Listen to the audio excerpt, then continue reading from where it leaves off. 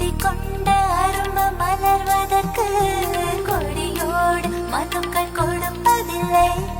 பழங்கள் பழுத்ததும் பறவைக்கெல்லாம் மரங்கள் தந்தை ஒன்றும் அடிப்பதில்லை.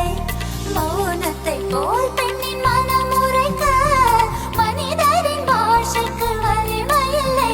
மொழியே போ போ அழகே வா வா, மொழியே போ போ போ அழகே வா. வண்டுகள் ஒலி செய்து கேட்டதுண்டு, மலர்கள் சத்தமிட்டு பார்த்ததுண்டா, நதிகள் சொற்பொழிவு செய்வது